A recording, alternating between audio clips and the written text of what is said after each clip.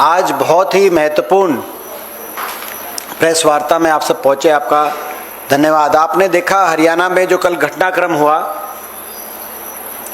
किस तरीके से रात के अंधेरे में लोकतंत्र की सरेआम हत्या करने की कोशिश की गई भारतीय जनता पार्टी द्वारा। उसके बारे में मैं सारी बात आपको बताऊंगा, लेकिन सबसे पहले मैं जो हरियाणा में कांग्रेस पार्टी की जीत हुई, राज्यसभा चुनाव में हमारे उम्मीदवार करमबीर बौद्ध जी जीते, इस उपलक्ष्य पे मैं बधाई देना चाहता हूं कांग्रेस के हमारे राष्ट्रीय अध्यक्ष खड़गे जी को। हम बधाई देना चाहते हैं हमारे नेता राहुल गांधी जी को, हमारे संगठन महासचिव वेणुगोपाल जी को, प्रियंका जी को, राजेंद्रपाल गौतम जी को और तमाम शीर्ष नेतृत्व को बहुत बहुत हम धन्यवाद करते हैं और बहुत बहुत बधाई देते हैं। और साथ में अब मैं उस घटनाक्रम पे आना चाहूँगा, किस तरीके से भारतीय जनता पार्टी देश में लोकतंत्र में ना विश्वास करके हर हथकंडा अपनाकर केवल सत्ता पे काबिज रहना चाहती है। ये खेल खेला गया हरियाणा के अंदर। हरियाणा के लोगों को भी बहुत बहुत बधाई देना चाहते हैं हम, और हरियाणा के कांग्रेस के विधायकों को, उन विधायकों ने जिन्होंने इस तरह की शाम दाम दंड भेद का खेला, इस खेले को फेल करने का काम किया, कांग्रेस पार्टी के साथ खड़े रहे। और हमारे जो उम्मीदवार थे, जो एक बहुत ही कर्मठ व्यक्तित्व और एक ऐसे बैकग्राउंड, जिन्होंने पूरे अपने जीवन में सामाजिक न्याय के लिए लड़ाई लड़ी, ऐसे व्यक्ति को वहां से चुनने का काम किया। भाजपा के सारा खेला था उसको फेल करने का काम किया। आप जानते हो इस चुनाव में भारतीय जनता पार्टी ने गुजरात के उप मुख्यमंत्री को बतौर ऑब्जर्वर भेजा हरियाणा में। आप समझ सकते हो कि इसका क्या अर्थ था। इसका अर्थ था कि सीधा भाजपा का हाईकमांड हर परिस्थिति में यह सीट हासिल करना चाहता था। भाजपा ने व्यापक प्लानिंग करी यह सीट हासिल करने की।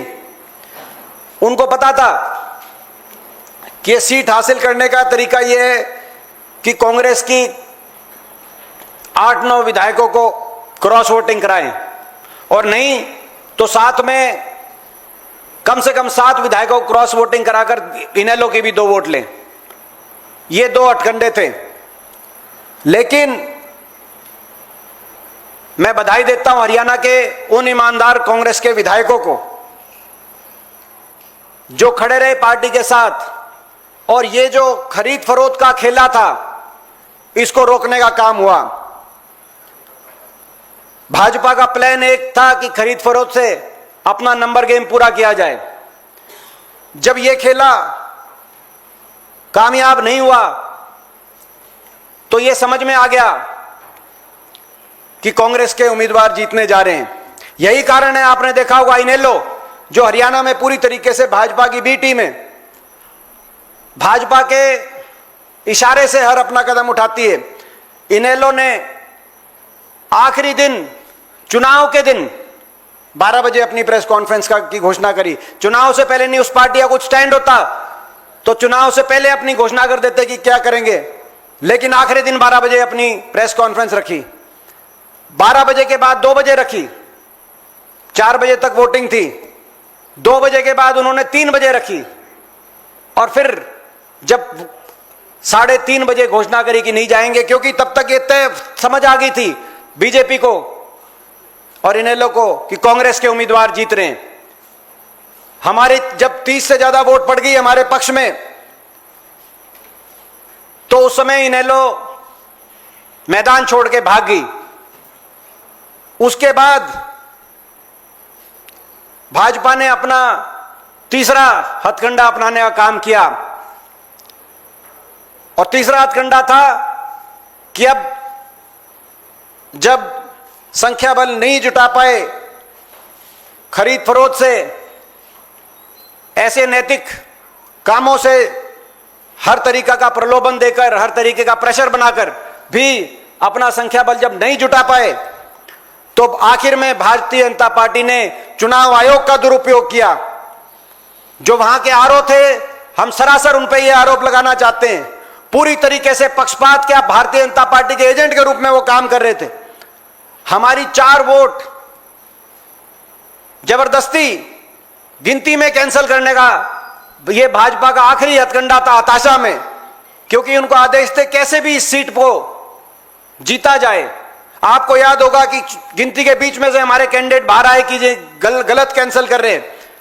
केवल कैंडिडेट ही नहीं, हमारे जो गिनती पे काउंटिंग एजेंट थे, जो 4 वोट कैंसिल की गई हैं, चारों गलत कैंसिल की गई हैं। जो इनवैलिड बताई वो सारी वैलिड वोट हैं, हम दावे के साथ कह रहे हैं।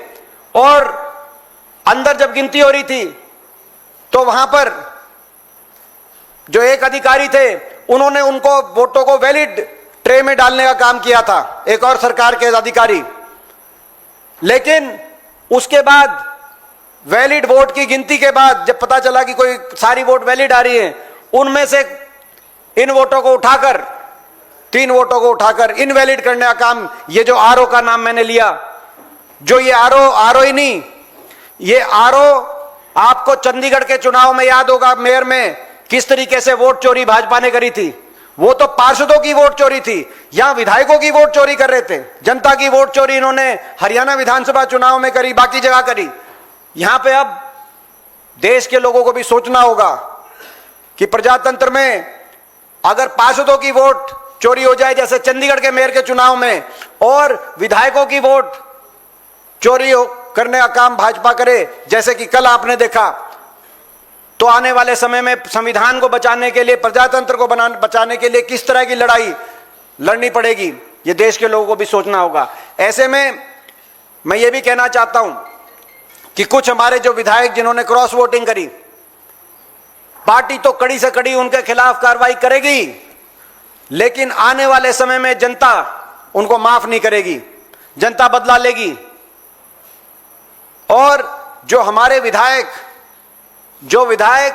इस अग्नि परीक्षा में जो सफल हुए, जिनके सामने हर तरह का खेला रचकर उनको फंसाने की कोशिश भाजपा ने करी, उलझाने की कोशिश भाजपा ने की, धमकाने की कोशिश भाजपा ने करी, उन पे हर तरह का प्रेशर बनाने की कोशिश करी, हर तरह का प्रलोभन देने की कोशिश करी, लेकिन जो उसके बावजूद खड़े रहे कांग्रेस के पार्टी के साथ, उन विधायकों का भी सम्मान प्रदेश के लोगों के और देश के लोगों के दिलों में बढ़ेगा, उनके क्षेत्र के लोगों के दिलों में बढ़ेगा। हम उन विधायकों के भी विधानसभा क्षेत्रों में जाएंगे और जनता के सामने बात करेंगे कि आज लोकतंत्र को बचाने के लिए ये हमारे कांग्रेस पार्टी के नायक हैं।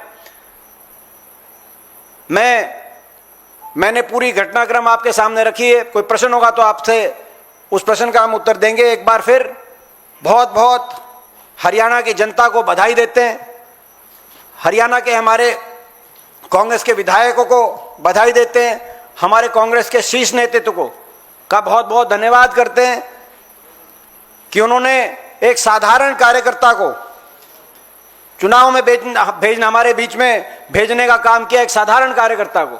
आपको याद होगा कि बहुत लोगों ने ये बात रखी, भारतीय जनता पार्टी के लोगों की तरफ से बयान आया कि ये कैंडिडेट कांग्रेस ने कमजोर कैंडिडेट दिया है।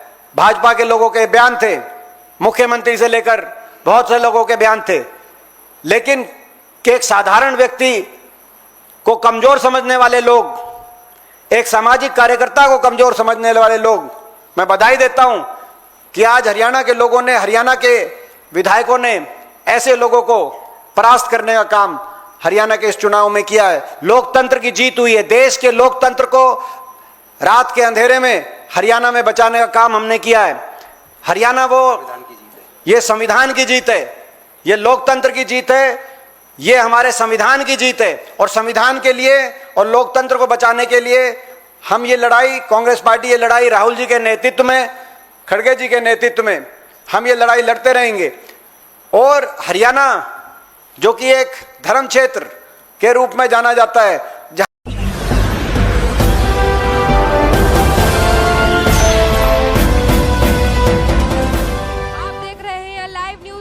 9 राष्ट्र सबसे पहले।